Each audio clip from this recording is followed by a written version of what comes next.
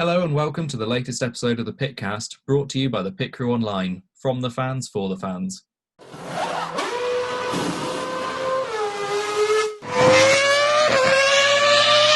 I'm your host, Deputy Editor James, and today we'll be breaking down all the action from the Russian Grand Prix. Joining me today is our Editor-in-Chief, Simon. Hi. We also have our IndyCar correspondent, Adam. Hi, guys. And last but not least, our sim racing correspondent and frequent pitcaster, Luca. I would say that is normally why I'm the host, but I misspeak way more. So you're already doing way better than me. Excellent. Let's get into it. So before the Russian Grand Prix even started, we had some big news in the world of F1, that Chase Carey, the F1 CEO, was stepping down at the end of the year and was being replaced by Stefano Domenicali, the former Ferrari team principal. He'll be taking over in January 2021, and kind of really big news because he's only the third ever CEO of F1 after Bernie Ecclestone and Chase Carey. So there's been a lot of discussion surrounding the news about what impact he's going to have on the sport, around Chase Carey's legacy as head of F1. A lot of talk as well about the fact that Domenicali was at Ferrari along with Ross Brawn and Jean Todt. Now they're all going to be running F1. So let's get into it. Let's start with Simon. What do you think about Stefano Domenicali's appointment as F1 CEO? Do you think it's a good move for the sport? He's a very good move for the sport. We're back to a racing man with a pedigree both inside and outside of the sport. I think that can only be a good thing. He's very good with press and always has been. I think he's the last successful Ferrari leader, really, because they won the constructors with him, didn't they? Yeah, 2008. Yeah. So yeah, I think it's a good decision. Whether going forward it will make much difference, I find it, in the short term at least, there's not a lot to do, is there?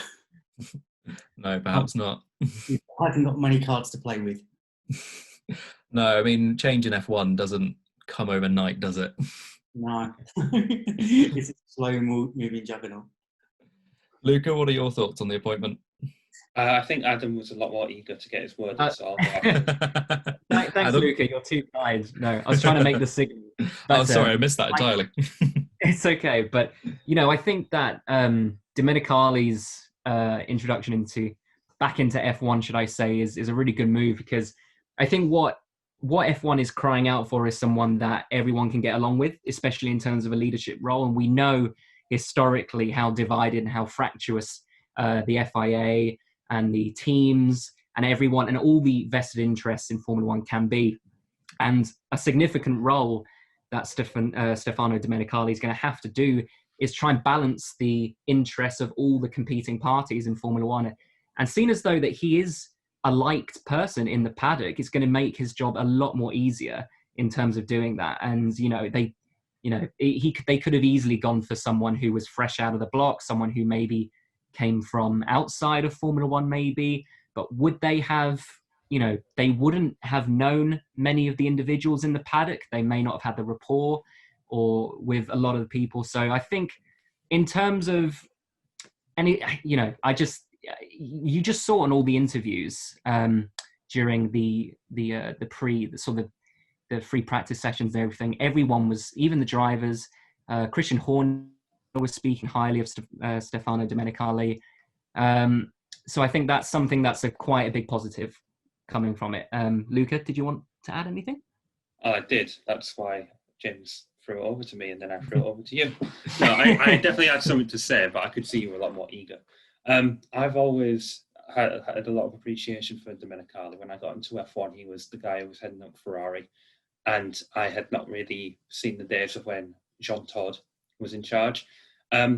What I'm having to think about, though, is what exactly was, because when we think about, because this role is effectively what Bernie Ecclestone's role was before Chase Carey took over, what I have to think about, because it was a commercial rights and like it was a role like that, but it was also to do with getting F1's events and contracts with like sponsors and circuits, potential host venues, and you just got to think about is that the right role for Domenicali? I think it is. I think it fits him a lot better than team principal, perhaps, because he definitely has to.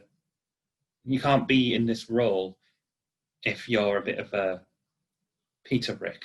We'll go with that. But then again, Bernie was in charge of this role, and infamously never really was a popular choice. I mean, yeah, people did respect him, but he was still very uncompromising. I remember how much he was threatening to take the British Grand Prix off the calendar if Donington couldn't host it in 2010. And then, thankfully, they met with a compromise and got Silverstone back.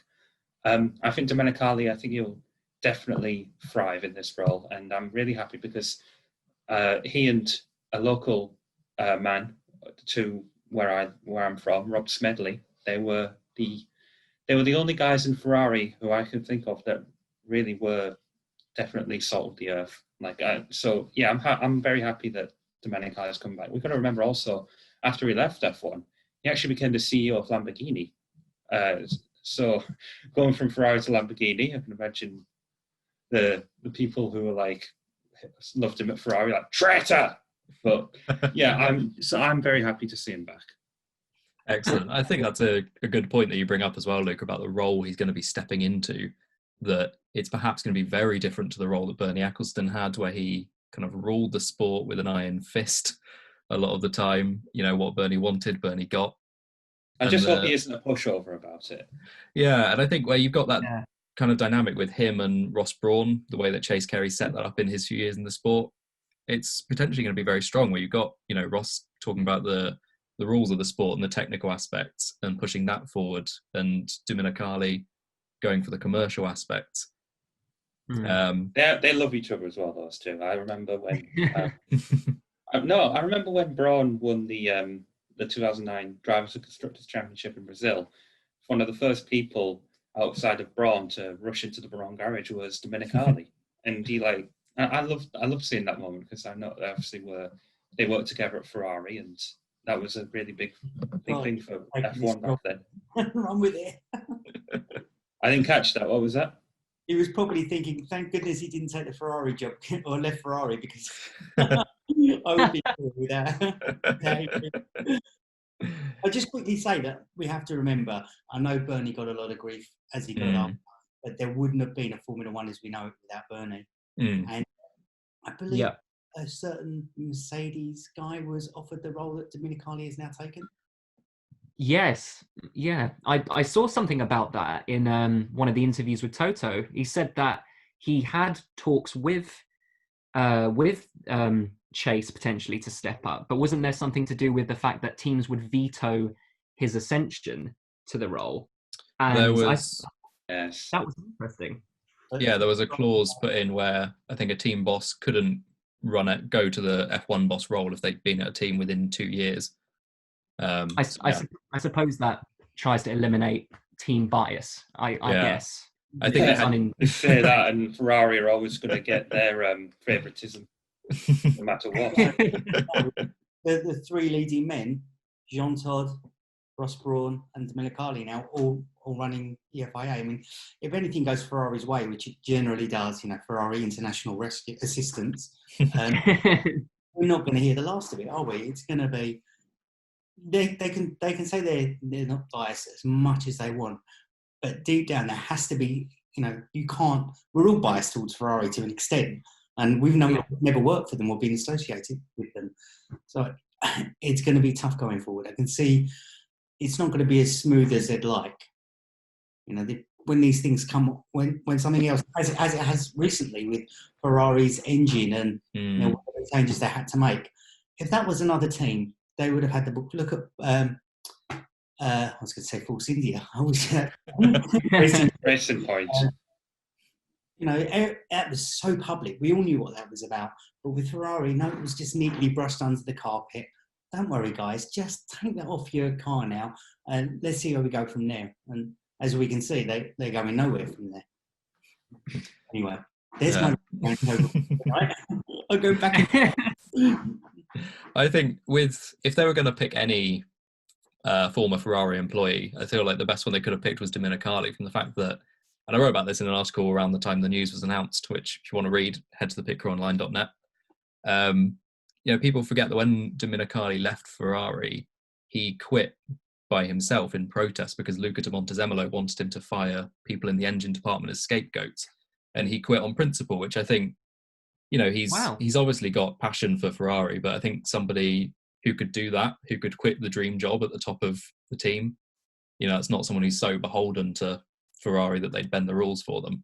But that's a man of integrity right there. I respect him. Yeah, and I think that will stand him in good stead when, he's got pressure from above, perhaps to make tweaks to the rules for things like reverse grid races or changes to the format. I think he'd be a good person to... Sorry? Well, I can't imagine he gets on. I'm not saying they're not civil to each other, but him and Jean Todt seem very, very different characters. Jean Todt, the Napoleonic leader in so many ways, had personal experience of his wrath. I can't see. Ara Benny would have been an interesting one. Yeah, Riva Benny definitely would have been a different kind of leader. So is that everything? Sorry? Look like Adam wanted to say something. Well, no, it was just it was just something small. I mean, I guess I kind of want to know what kind of direction he's going to steer Formula One in, seen as though he's part of the establishment. It would, if they had have hired an outside choice, would we have seen a future direction in the sport which would have gone more progressive and even more radical, and maybe have been more prone to choosing reverse grids? Or is Stefano going to be quite the traditionalist and going to be really reserved in making too much dramatic change? See, that's why I was quite fond of Chase Carey in some ways. Gone, Adam. What was that? Sorry? You cut out for a moment. You have to repeat that last. Oh, okay. I was just saying that I was kind of fond of Chase Carey coming from outside of Formula One. It gave him this sort of objective view where he could change things and not feel too emotionally attached to some of the old traditions of Formula One. So I'm just interested to see, what's his future idea or future dream of what Formula One's going to look like. We'll all miss Pringles, man. Pringles will be the sponsor of Formula One. What kind of vision are you hoping for, Adam? Oh gosh, I don't know. One where Carlos Sainz is world champion. I don't know. Something where we have further equal distribution of funds and equal performance of cars. I don't know. Yeah, something more fairer maybe. I don't know. But... What do you guys think of that's a conversation for another day. That's a whole other episode. So what do you guys think of this £200 million entry fee for a new team? I've got something to say about that. Can I go first? Yeah, go ahead. So at first, when it came to seeing the initial report, I was thinking, well, that's just a crap-sounding idea. You're basically trying to get people to pay a fee to have the privilege of being amongst these teams.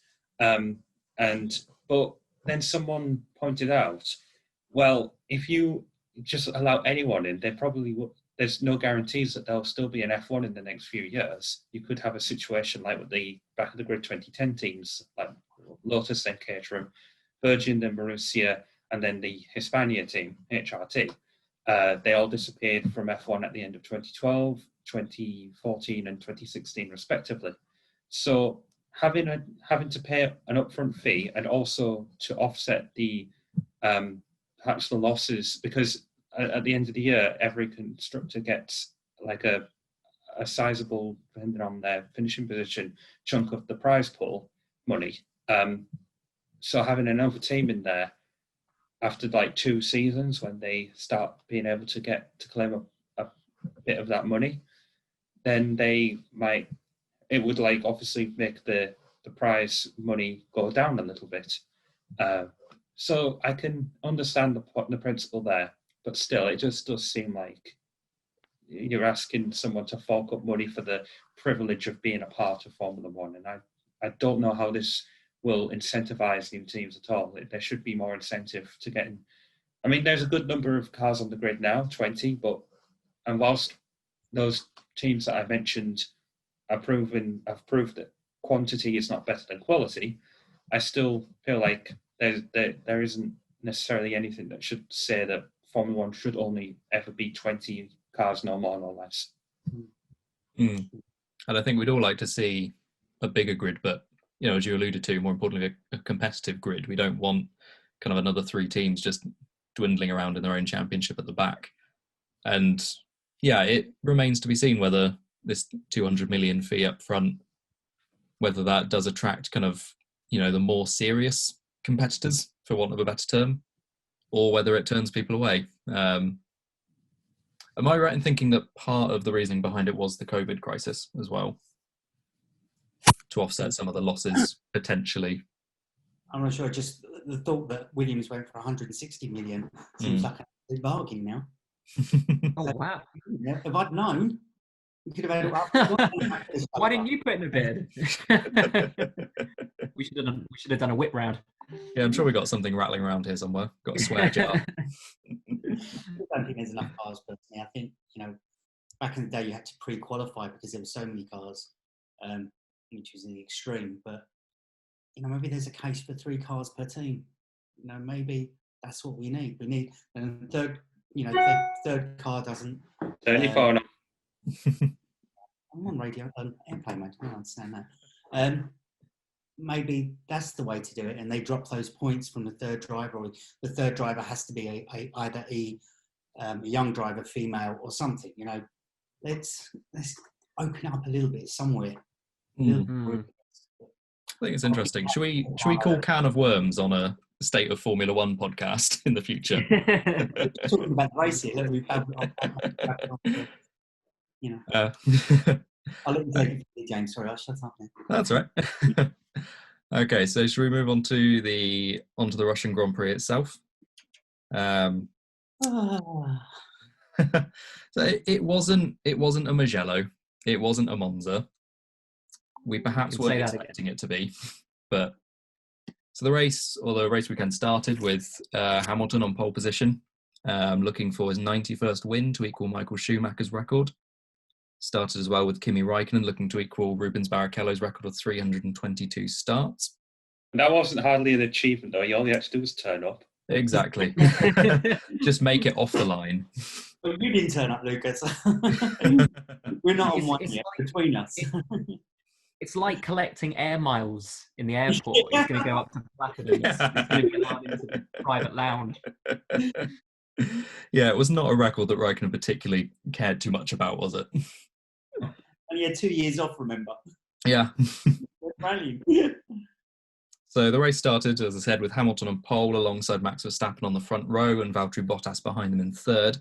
But in typical 2020 fashion, there was drama before the race even began, as Hamilton was placed under investigation for 2 separate practice start violations, which I'm sure you will have heard the details of by now.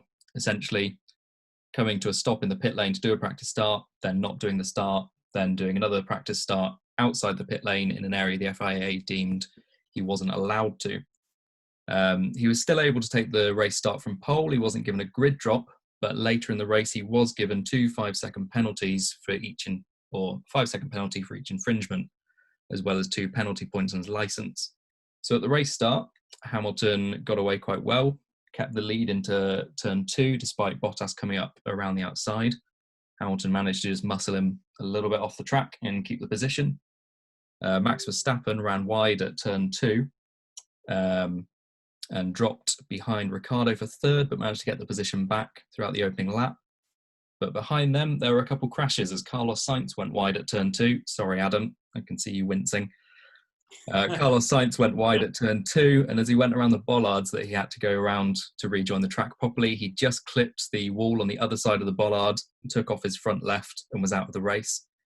And then just a little further around the lap, Lance Stroll was tipped into the wall by Charles Leclerc and put out of the race as well, putting the race under safety car.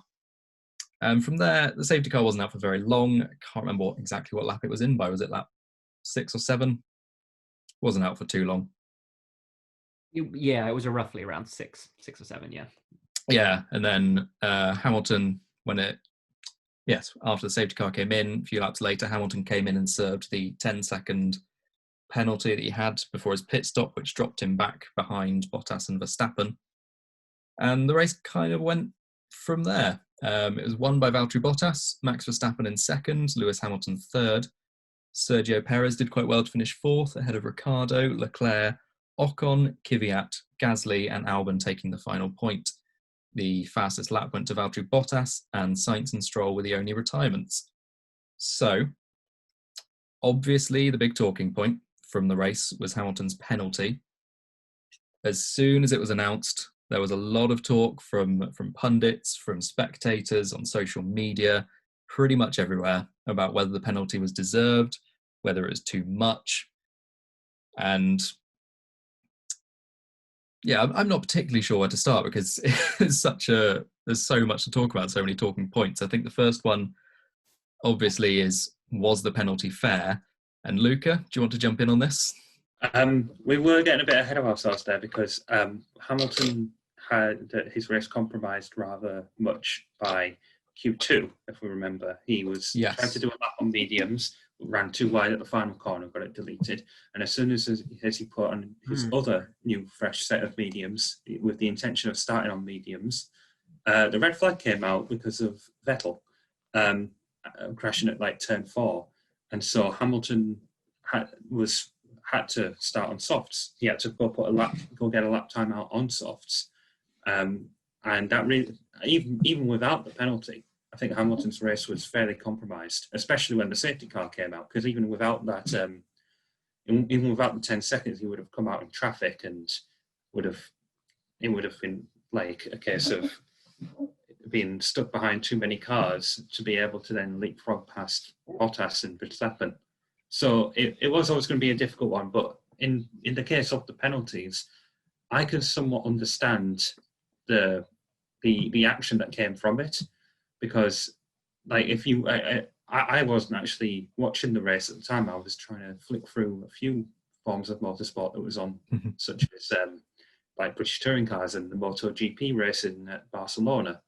But when I saw on Twitter that Hamilton was under investigation, I quickly turned over to see what was going on, and I could completely understand it, because you saw that shot of him at the far end of the pit lane, and then like the racing point in the AlphaTauri just coming out of like, you know, the curve in the pit lane, to then be greeted with he wasn't obnoxiously in the way.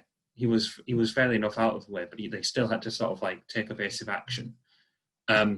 So I think the 10-second penalty, I think it was justified. However, I'm not sure because originally we heard that he had heard about him getting points on his license. And for those of you out there who don't know, if you accumulate 12 within a year period, you have to sit out the following race. And Hamilton, before this weekend, was on 8. He got 2 for colliding with Albon in Brazil in 2019. He had 2 from failing to slow for the yellow flag during qualifying in Austria.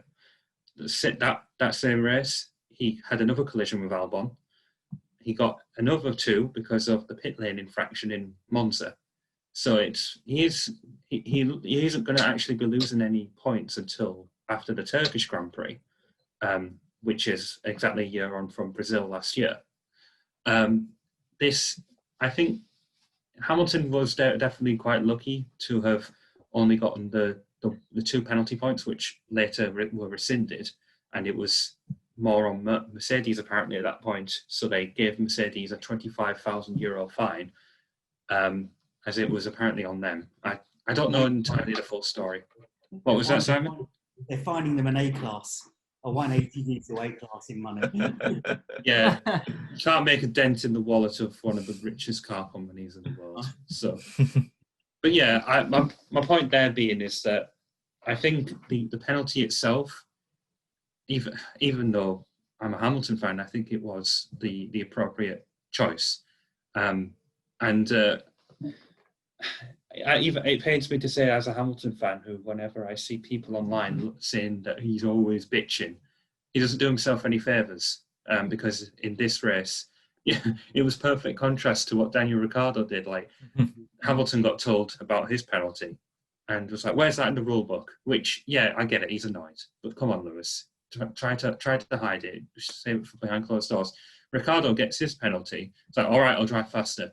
Like, you could learn a lot. Like, I like Lewis, but come on, man. Like, man, don't be like that. It doesn't do me any favours as someone who is one of your defenders. Like, I must say, every time that I lay criticism on Hamilton, I do like the guy, but there are some times when he really, and I'm sometimes unable to defend him. Like, I think it was around Silverstone when he made that post about him, like, he sharing a video about the potential coronavirus vaccine and how it looked like he was anti-vax, and then he later clarified it still didn't do him any favors. It's like, please think about what you're doing, man. Come on. So yeah, that's my little say about Hamilton's actions this weekend. I can somewhat understand his frustration, but he still needs to know when to keep his mouth shut. Yeah, and just to reiterate, because I forgot to say it up top, as Luca said, the 2 penalty points Hamilton was given were revoked by the FIA, and they awarded Mercedes a €25,000 fine instead, because as Hamilton was coming out of the pit lane to do his start, he did ask Pete Bonington on the radio if he was allowed to do it, where he eventually did, and Bono said, yes, that's fine. So it was put down to an operational error within the team rather than the driver error outright. Forgotten where I was going to go then. So very sorry. No worries.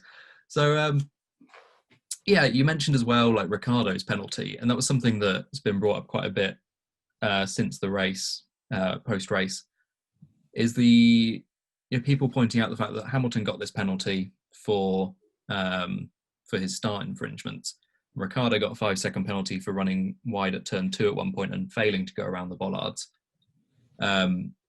Whereas you had incidents in the race like Leclerc, his incident with Stroll that put Stroll out of the race, not getting anything for that being deemed a racing incident. And I can understand the point of view that, Hamilton broke this rule with the start, so deserves a penalty, but I can also fully understand a lot of the people who are saying at the moment about the kind of inconsistency with stewarding, that, the reasoning for Hamilton's penalty from the FIA was that it was a safety issue, like Lucas said, with drivers coming out of the pit, and that he gained I believe they said he gained a sporting advantage because he got to do a practice start on the track surface rather than the rubbered-in pit surface. But then you've got, a driver like Leclerc who, and I say this as a Leclerc fan, who doesn't want to see him get penalised just out of any malign interest. He put a driver into the wall, took him out of the race, gained a position from it, and necessitated a safety car to come out to recover Stroll's car, sorry. So I can see, Simon, you want to jump in. Could I just ask you first, what do you think of the quality of the stewarding this weekend? Do you think that it was inconsistent, or is it just separate incidents? Inconsistent and worrying, really. I mean, they had a long time between Lewis doing these these 2 practice starts and the penalty. If they knew they were going to give him a penalty and it was before the race, it should have been a grid penalty, or they should have started him from the pit lane. They can't start a race, wait until we're 5 or 6 laps in it and think, oh no, let's throw a penalty at him now. It's just ridiculous. This wasn't a racing incident. Daniels was a racing incident. So the penalty was during the race. Lewis was before the race started. So where are we going to stop this? We'd have, qualifying penalties that are grid penalties. So again, it's just before the race. You can see Adam agreeing with me. I don't have a problem with the 2. I say I don't have a problem. I think the 2 separate penalties for really essentially one misdemeanor in 2 parts is a bit silly. They could have just said 10-second penalty, not 2 5-second penalties.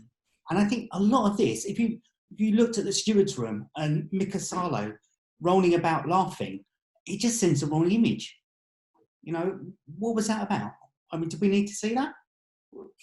Was there an agenda there I'm not saying that Lewis didn't deserve this. Don't get me wrong. I think he did deserve some kind of penalty. I just fundamentally think if it's before the race has started, then the penalty should be on the grid or in some other way, not to affect the race itself. Sorry, Adam, I'll throw it onto you. You've pretty much said everything I wanted to say. I mean, I fundamentally agree with the fact that he should have got a penalty, and that's as we've all kind of said, we all are Hamilton fans or people who like Hamilton or respect Hamilton in some way. You could see that from where he was doing the practice start, the cars coming out of the pit lane exit were basically blindsided coming out, and really wouldn't have seen Hamilton until the last minute had he chosen to do a practice start at the wrong time, which is all hypothetical. The team probably would have been in his ear telling him when cars were coming, but the principle is still the case that it is a health and safety issue. It is a dangerous place to do a practice start from, and thus the penalty should have been applied, and it was. What I have an issue with is exactly the same thing as Simon has said. It seems almost weird to have given a time penalty for an incident that happened, which wasn't a racing incident, and outside of the race itself. Like if we were to see, as you said, a qualifying infringement, such as blocking someone or an engine or a gearbox, it would have been a grid penalty. And this seemed really out of place. And I know the stewards take their time on these things, but really, if they knew what they were going to, or they had an idea of what they were going to do, they should have made that decision firmly and quickly before the race started. Did they purposely or not purposely make the decision really slowly in order for the race to happen, and thus then give two 5-second penalties due to the fact that it was too close to the race anyway? I mean, it does seem to join the back of the grid. That would have made for a more interesting race. Yeah. Back, rather than this manufactured race that we ended up with. And I personally think it was just wrong. And that's something as well, that when the stewards announced that they were rescinding Hamilton's penalty points, they said it was because they'd reviewed the team radio communications between Hamilton and Pete Bonington and found that Hamilton had asked for advice from Bonington about whether he could do the practice start where he could. And yeah, like picking up on the points you two made, I don't see how it took them until after the race to review that and make the decision to take the penalty points away, because we as viewers heard those radio communications like while the race was going on. So I don't quite understand how it took them so long to make that decision. Luca? Yes, so when we were doing the Austrian Grand Prix debrief, I made a point about, because Simon was hosting that day, he asked about the principle in which Hamilton had been given the penalty for the yellow flag incident the day before, just before the race began. And I made a metaphor about if a tree falls in the wood and no one's around to hear it to make a sound. I think if I'd have, and now that I have an opportunity to say it again, I'm going to use a different one. When presented with new evidence in a court of law, even if a potential criminal, like someone on trial, is found not guilty initially, when there's new evidence brought to the table, there is a retrial. And so if it's clear cut, then even if they've been found not guilty before, it changes the result. But so in terms of the way that the stewards have been doing things, though, it is more on the fact that the stewards are just, I don't think they're blatantly ignoring the footage or the evidence that they have, but they are supposed to be the stewards of a Formula One race. They have to have everything on the table. It does look a bit silly right now if that's what's happening, because it's either that. We heard it on the broadcast that was it Pete Bonington told him he could start there. I'm sure the stewards had that, and they had so much time before Lewis was out of the car. He was sitting on pole position. He's out of the car talking to people, taking a comfort break, and all of this time they could have made this decision, looked at that evidence. Apparently, what they were saying on Sky, don't crucify me for having Sky Sports, but the broadcasters are available. Yeah, of course. But they were saying that that the stewards were to hear Mercedes like personnel side, because the first few laps of a race are always quite hectic. So and even before a race begins, there is a lot of preparation going on. So that was the reason that was given. Whether I believe it though, I don't know. But it does just show in principle that the stewards these days. Sorry, what was that? There's 3 of them before the race with all that time, Exactly. Sitting in their work should have been done by then. But by the time that the lights go out, everything should be clear to go. Yeah, exactly. To not be in that situation and ready to race, is incompetent in my opinion, really. Yeah, I want to go back a bit though to what James said earlier about Leclerc. Now, I've looked at the footage of the Leclerc and Stroll clash, and they look to be rather alongside, and then Leclerc just sort of like understeers into him. Very reminiscent to that of like the Albon-Hamilton clash in Austria. And I do think because Hamilton got a penalty for that instance and Leclerc didn't for this one, there is a claim to be made that the 2 corners are perhaps very different in nature, but in the end, they are both they both resulted in the same thing. One car understeered into the other, and the other one spun. And in Stroll's case, was out. So it does. I like Leclerc. He's for me, he's one of the potential future superstars, and I think he's the best choice for Ferrari, their leading man at the moment. But there has been points this year where I've just been like, why is he allowed to sort of like get away with these sort of things? Like, remember between the 2 races at the Red Bull Ring, he and Bottas both left the track and went back to Monaco. And whilst Bottas, not saying he was any better or worse, but whilst Bottas was, keeping within his bubble, Leclerc went to a party and he didn't really get any sort of like, he didn't get any sort of even a little slap on the wrist for the whole thing. He could have potentially have jeopardised the whole team. That's the difference between Lewis and some of the other drivers. Lewis hasn't got a PR at the track, a personal. Where most of the drivers, and you look at Britta for Seb, for instance, they've got their own public relations people that advise them and feed information to the press. So we see their side of the story first. Whereas Lewis, you just see Lewis. Yeah. He does have that trainer that he's very close to, Angela Cullen. Yeah. But I don't know if she does any of the PR stuff. She's I'm not sure. Nothing. Everyone thinks to know all these people now. It's quite funny. That had been the case years ago. So to pick up on another talking point from the Hamilton penalty, we'll stop going on about it soon, I promise.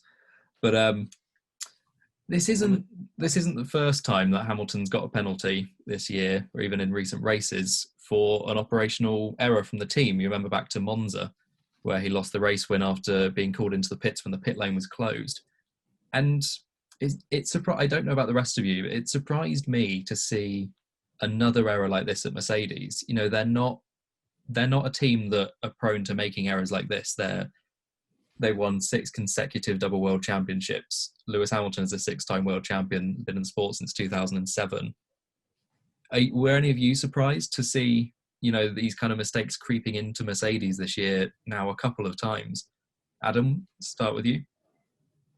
I was, and I guess there are 2 clear differences with the Monza incident and this incident. The Monza incident being that even though the team did feed him information to tell him that the pit was okay, Hamilton did have the no entry, the X's or the light up boards at 2 opportunities, which obviously he missed coming around the corner. So it was sort of partly his fault, partly the team's fault, which was the difference there. But I see what you mean.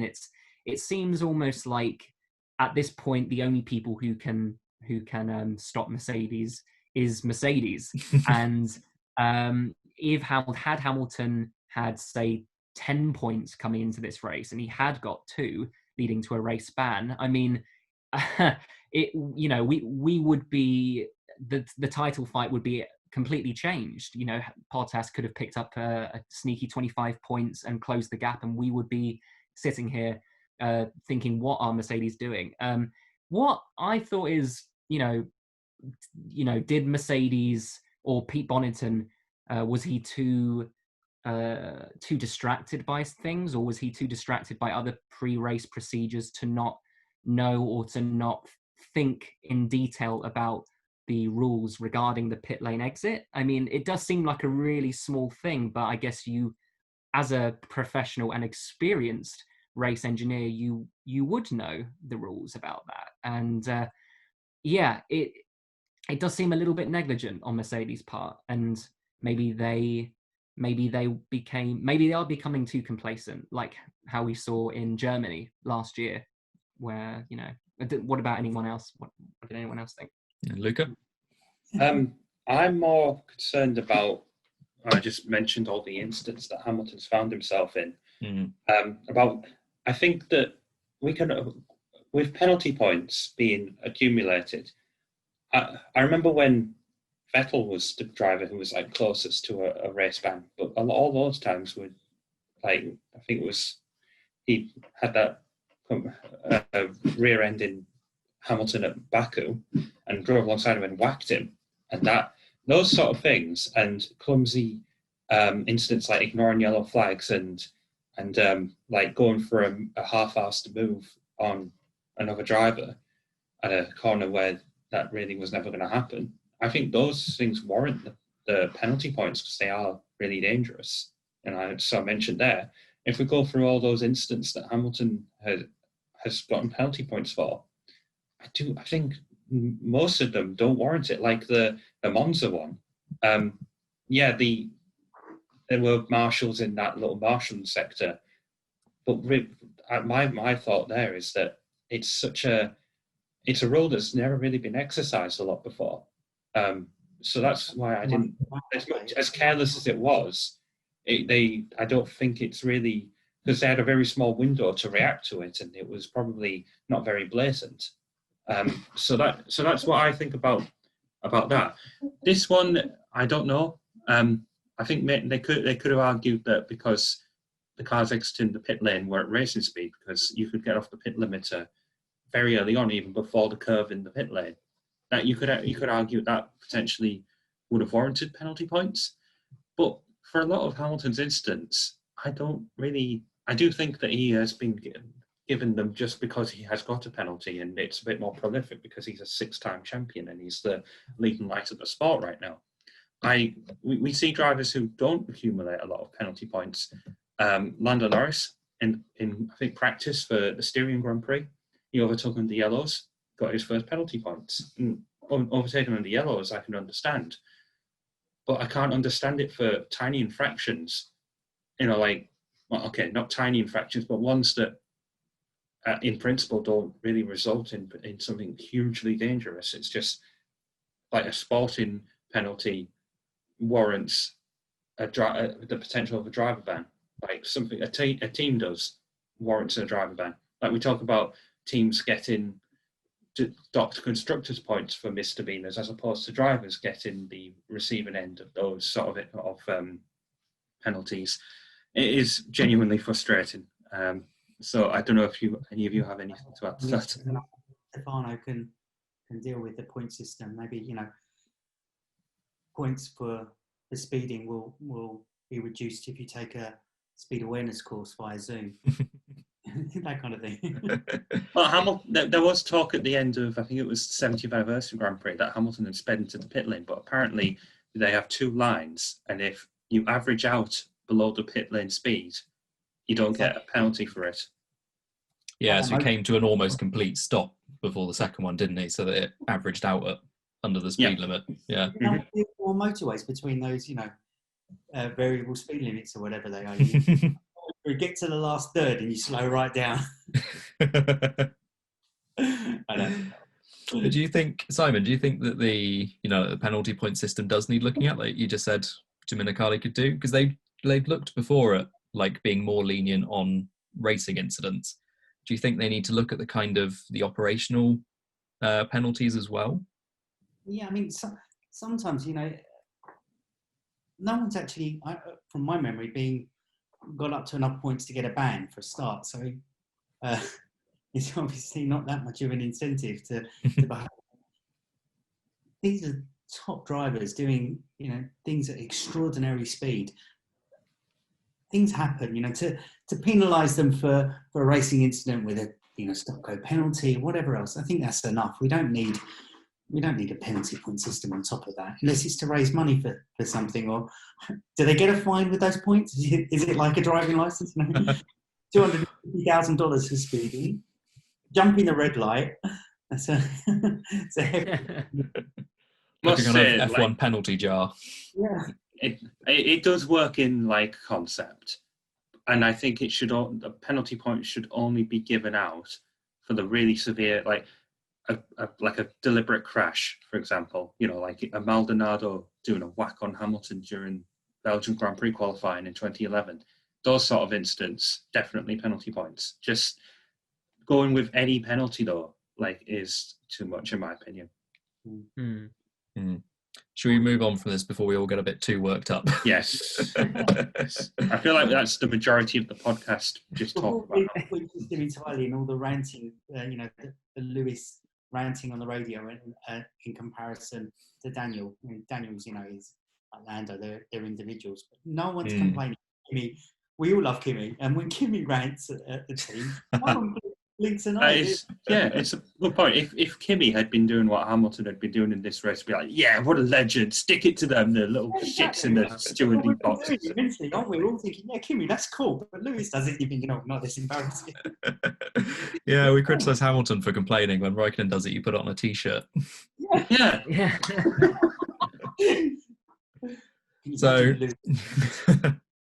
So before we come to the end, obviously we meant to be talking about the Russian Grand Prix. We've spoken about one driver most of the episode. There was quite a lot of criticism from a few drivers after the race about turn 2. Some of the prominent ones, obviously Carlos Sainz, who came a cropper there. George Russell was one. I believe Daniel Ricciardo put in some criticisms for the corner. Their comments have largely been that the corner's not that well designed, that when you go into it trying to go wheel to wheel with another driver, chances are you do end up just outbraking yourself and going wide. And George Russell said that earlier in the year he's made some comments about, or recommended to F1 that they look at redesigning the corner so it's more like the kind of Bahrain turn 1 and 2 layout. I'd like to know your thoughts on turn 2, whether you think that it does need redesigning, because when I saw these comments, my first thought was, if they redesign the corner, where would the overtakes and the race happen? We'll start with you, Adam. What are your thoughts on, do you think turn 2 at Sochi needs looking at, or is it just the drivers that couldn't do the corner are complaining about it? Well, I do think that the drivers are very prone to going wide at that corner. It does seem like it almost, I feel like turn 1 was almost a perfect example. We saw Sainz try to go around the outside of Perez, and obviously was pushed out wide onto the runoff, and we saw that in many other instances throughout the race. And I don't know, maybe the corner needs some sort of redesign that allows for a more gradual turn in, like, say, for instance, something like at Budapest. Oh, that's my Facebook there. Let's turn that off. The chicane, sorry, not the chicane, the point where you rejoin the track as well.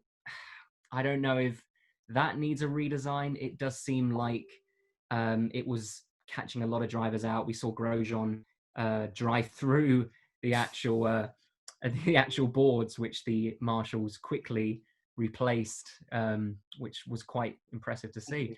But we did see a lot of drivers finding that really tricky to navigate.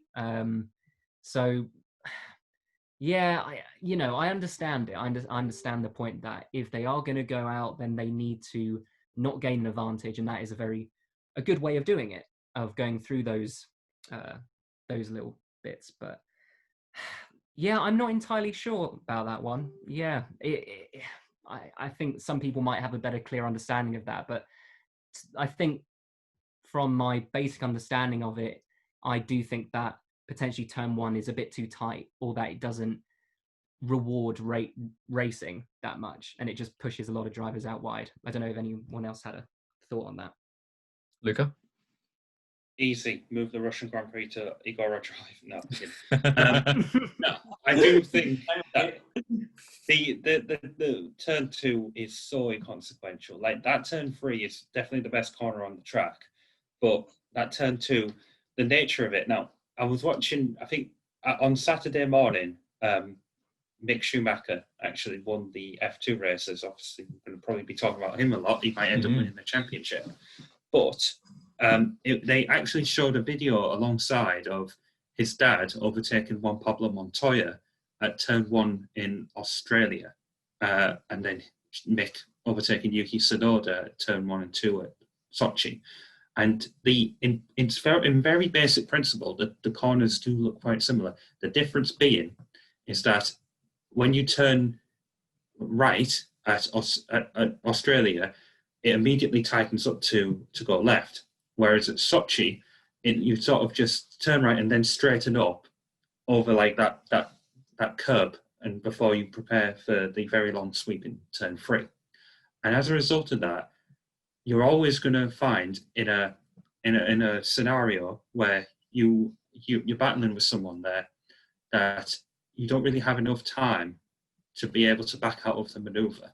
It's just sort of like, if you try to go side by side with someone on the outside of turn 1, which turns into the inside of turn 2, it is basically just so you have chosen death. And they'll have to skip across. And because of where they are at that point, we found this out with Sainz and Grosjean many times. You try to go for those bollards so you don't like gain an advantage and get a penalty. And in the case of Sainz, you take it too quickly and smack into the wall, and yeah, your race is done. And in the case of Grosjean, he's just like, I've done this too many times, I'm just going to go for the bollard. I don't know if that's an accent. I apologise to our French listeners. So that's something that Ricciardo brought up in his criticism of the corners. He said, when you're going for a move around the outside of someone there, by the time you've gone too late, you won't be able to make the corner anyway, but you've gone too far to go around the bollards. And Ocon didn't do him any favours there by leaving his opportunity to get past him as late as he did. Like, I don't know if maybe if Ocon is continuing that image of him being like the pantomime villain, where I am going to let you by, but it's going to be very late, so you have to go off the track. He kind of really screwed Ricciardo. I mean, obviously I don't. He probably didn't. I just think that the driver's moaning about a corner. Generally, it's their problem, not the track's problem. And slow down and accelerate faster. Don't make it anyone else's problem. All these tracks, we don't want a homogenised track. I don't want a corner from one track being on another track. I want all tracks to be different. So no, get on with it. Get on with it. You're being paid well enough to drive around the corner. A very good point. I think we're probably coming up to time. So shall we move on to our drivers of the day? I think the fact that we've gotten here so quickly and we've spoken so little about so many things is to kind of just summarise the Sochi circuit, doesn't it? I think so. And I personally, I hope that if any sort of good comes from this kind of cobbled together affected season, I'm hoping that as much as I don't like to see drivers complaining about corners because they couldn't make them, I'm hoping that since F1's gone to tracks like Mugello, it's going to Imola, to the Nürburgring, back to Turkey with its monster turn 8, I'm kind of hoping there's going to be a bit more scrutiny on tracks like Sochi, and maybe thinking, well, how can we improve the track so that it creates a better race? And obviously with Sochi, it's a little bit limited because it's street circuits. You can't move too much around. It's not a street circuit. Park street circuit. Park circuit. It's a street circuit about as much as, I don't know, Hungary. It is a permanent built circuit, and it was designed like that and be like, oh, but we let the general public drive on it. Like, knowing it's Russia, they'd probably be like, drive on the track. It's a street circuit. That's probably not a good accent. I should stop. But yeah, it's have Tilka tracks. Maybe that's an option. Someone else to design them. Tilke, well, they're not going to do that, but Tilke does design his tracks for the people. Like they give him an area to design a track, and he doesn't have the best tools. Like when he's given what he has, he can design good tracks. I think Circuit of the Americas, even though it is just a rip-off of a load of bits, he's doing the same. It's his mindset. He's the same thing. I'm just saying you need that individuality. I met the guy who did the circuit in Dubai, which Formula One won't use, and that's meant to be a fantastic track. You probably know more on that. I did, Luca. You probably driven it on some sim. Yeah, it's on Project Cars. Yeah, I've driven it. Not a fan of it personally. But the problem often is with the Tilka drones is that they're done kind of by formula. Like the sectors are sort of arranged in a certain way to produce a certain lap. And yeah, I think you got a very good point there, Simon, about having a bit more individuality with these tracks rather than just sort of lifting bits from other circuits. Adam, do you have anything to add on that? I agree. I think that circuit should be more individual. I think I remember a lot of people were describing sections of Mugello, that's right. People were describing Mugello like Suzuka or like Budapest. They were describing Sector 3 in Mugello quite like Sector 2 in Suzuka, and where I don't like that. I like looking at tracks and thinking they are unique and individual to that location and being different. And I think drivers should be tested. I think drivers should go to a circuit, especially a new circuit, and think that, I haven't done this before. This may be a bit of a tricky weekend, and we'll see maybe other drivers potentially winning out on that and gaining time in qualifying because maybe they just pick up the idiosyncrasies of the circuit more. So yeah, I quite like tracks to be different and individual. So yeah. Maybe we can add this to our can of worms list for the State of Formula One podcast. Sorry, we will get off to ending the show in a second, but that point about Mugello being similar to Suzuka, and I think we do, as F1 fans, gravitate more towards fast-flowing, undulating tracks. Like, for example, even though it's not an F1 track, one of my favourite tracks is Alton Park because of the elevation change, and it's fun to drive around, but it probably wouldn't produce great racing in certain amount of cars. I like seeing tracks with different characteristics, but then you don't want them to be very minimalist. You don't I remember a few years ago there was a proposal for a Thai F1 Grand Prix, and this was before the Chang circuit, which hosts the Thai MotoGP, was ever conceived. And that's a good track, by the way. If you're ever thinking of I don't know what you could do with it, but just check it out. But there was just a street circuit. It was just 90-degree corners, and that's why. I mean, Baku is a track that's very similar. Apart from like the back end section, it is just 90-degree corners, but that still produces amazing racing. So yeah, we need to stop putting all these tracks into one little like bubble. So yeah, I'll end this now. I'm sorry about that. I still think Igora Drive should host the Russian Grand Prix if we ever have to because we'll always need a Russian Grand Prix apparently. And then maybe like double it up with a Finnish Grand Prix at the Kimi Ring, or Kimi Ring, I think it's called, which is just not that far over the Finnish border. Right, I'll shut up now. Maybe we should send that in an email to Mr. Estiminakali. Yeah. So let's finish off with our driver of the day picks. Simon, should we start with you? Wow, that's a real tough one. I think just to be difficult, I'll go with Lando. Lando's race was abysmal, not because of his fault though. I can't even remember where finished 15th. Right, was it? So okay, in defence, he did run the hard tyres from lap 3 to about not that far from the end. And then he's as is Carlos but Carlos went out on that one, so I can't give it to Bottas because I don't think Bottas, other than I'm going to sound like Chris here, other than a little shove towards the front at the beginning. Oh, look, let me try. Oh, he's done me again. Oh, well, I'll wait until something happens. Chris is the most staunch Bottas hater I've seen in a long time. It's quite. He's moved from Lewis, hasn't he? It was Lewis. Yeah. Bottas. Luca, who's your pick? The fact that you've just said there about Bottas, I do. Even though I don't think he was the best driver, he has been on the receiving end of a lot of criticism, and there was this comment that some guy wrote on his Instagram page, being all like, "Oh no, you're just gonna take it like a good boy because Mercedes and Lewis want you to lose, blah blah blah." And he did, even though Hamilton's race was very compromised, and it took that for Bottas to be able to win. You still got to hand it to the guy. It's not gonna. The Mercedes cars and Lewis are not. He has to take advantage of these situations, and I tipped him for the win, even before Hamilton's issues in qualifying and before the race. He did a very good job. Other than that, I think since you said it, Simon, and I didn't initially think it earlier, Lando is also a good shout considering how long he took the tyres, even though he didn't finish very well. I think if I was to be pressed, I would probably go with Fiat because he was at his home and he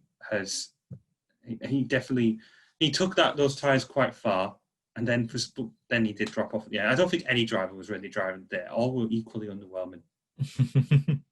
Fair enough. And Adam, you can't say Carlos Sainz this time. I can't. No, I've been.